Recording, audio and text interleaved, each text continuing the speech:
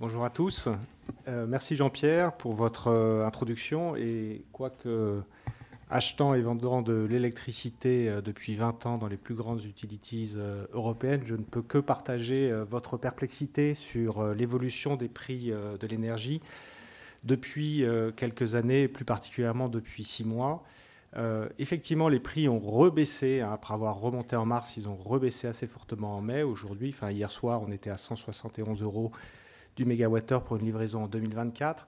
Ce qui est le plus surprenant, c'est que les prix spot délivrent aujourd'hui en 2023 à des niveaux qui sont à peu près le quart de ce qu'on pensait qu'ils se réaliseraient il y a seulement 6 mois. Donc on pourra revenir, si vous voulez, dans la discussion sur quelques fondamentaux sur les prix de marché, notamment sur les contraintes d'appel de marge ou les politiques de risque qui peuvent expliquer quelques-uns de ces soubresauts.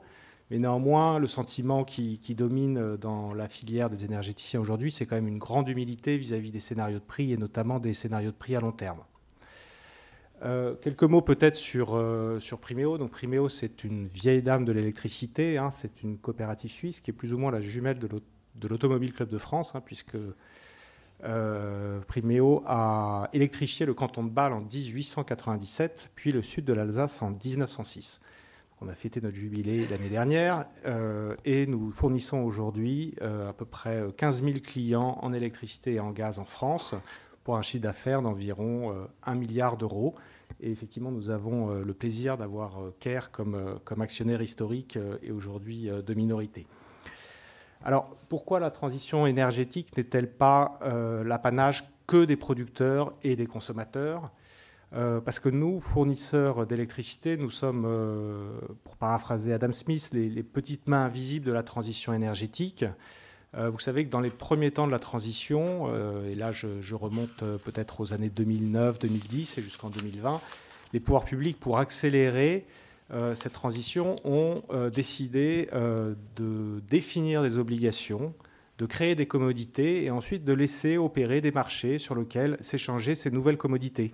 Donc il y en a 3 particulièrement. Bon, il y a aussi le CO2 qui est un peu à part, mais il y a notamment les garanties d'origine, hein, qui incitent au verdissement et à la décarbonation de la fourniture.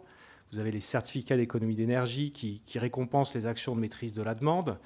Et puis vous avez les certificats de capacité qui assurent la durabilité et la pérennité de cette transition. Alors ce sont des obligations qui portent essentiellement sur les fournisseurs, hein, d'électricité. Donc ce sont bien les fournisseurs qui portent l'obligation. Ce sont eux qui vont chercher à moindre prix les meilleurs moyens de la satisfaire et ce sont eux qui transmettent in fine le prix de ces obligations au client final. Alors sans vouloir faire un plaidoyer pro domo pour la libéralisation, c'est important de savoir ça parce que sans concurrence dans la fourniture, c'est tous ces marchés qui se dérèglent, c'est des marchés concurrentiels aujourd'hui qui cesseraient de l'être demain, avec effectivement une moins bonne allocation de l'ensemble de ces ressources qui sont fondamentales pour la transition énergétique. Peut-être le slide suivant. Alors, on a du coup accompagné ce mouvement en créant un certain nombre de contrats, hein, des contrats à long terme, hein, comme disait Louis notamment, pour permettre aux clients de budgéter des actions de décarbonation ou de maîtrise de la demande. Des contrats spot pour si on veut s'amuser à prendre le risque des prix spot sur le marché, des offres à clic, des swaps, etc. Et j'en passe. Mais ce qu'on voit aujourd'hui, c'est que les attentes des clients ont changé, et notamment le bâtiment. Là, je n'apprendrai rien à personne ici, mais ce qu'on a vu, nous, du côté fournisseur, c'est que nos clients, peu à peu, sont devenus eux aussi un point de pression, une unité de pression de la transition énergétique, à travers un enchaînement de lois, hein, qu'on a vu plus ou moins tous les 4 ans.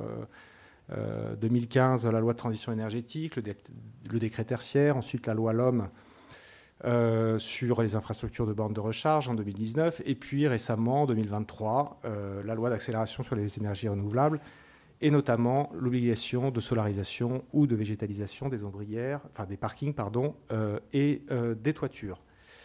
Et ça, ce sont des obligations que les clients ne peuvent pas déléguer, comme ils le faisaient précédemment, à leurs fournisseurs d'électricité.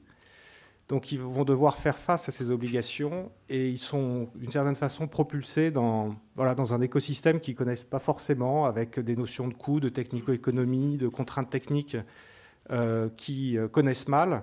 et sur des temporalités aussi qui sont assez longues et qu'ils ne maîtrisent pas forcément également, avec des thématiques de financement et de fiscalité qui ne sont pas non plus évidentes. Donc on a vu arriver de plus en plus, nous, de questions de la part de nos clients sur ces nouvelles contraintes. Alors quelles sont les sanctions, comment on peut s'arranger avec tout ça.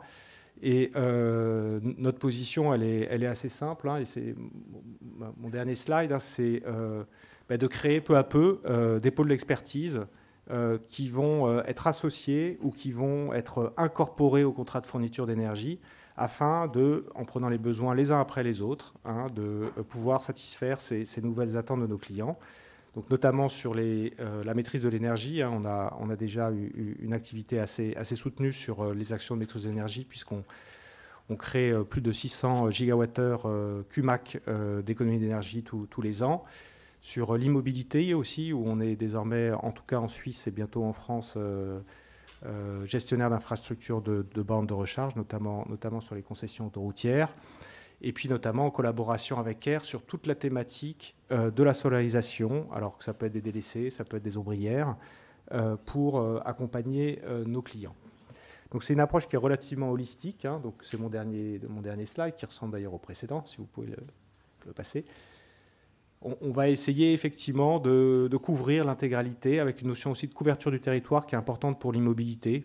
Vous n'êtes peut-être pas sans savoir que le territoire français est principalement couvert par Enedis, mais on a aussi des déserts électriques dans un certain nombre de petites communes, rurales notamment, avec des difficultés pour notamment les opérateurs de recharge de trouver des fournisseurs qui soient présents partout. Et nous, on est présents partout pour accompagner justement ces opérateurs de recharge. Donc c'est une approche qui est relativement holistique, ce n'est pas une approche qui est totalisante pour autant. On ne veut pas forcément intégrer ces services à la fourniture d'électricité.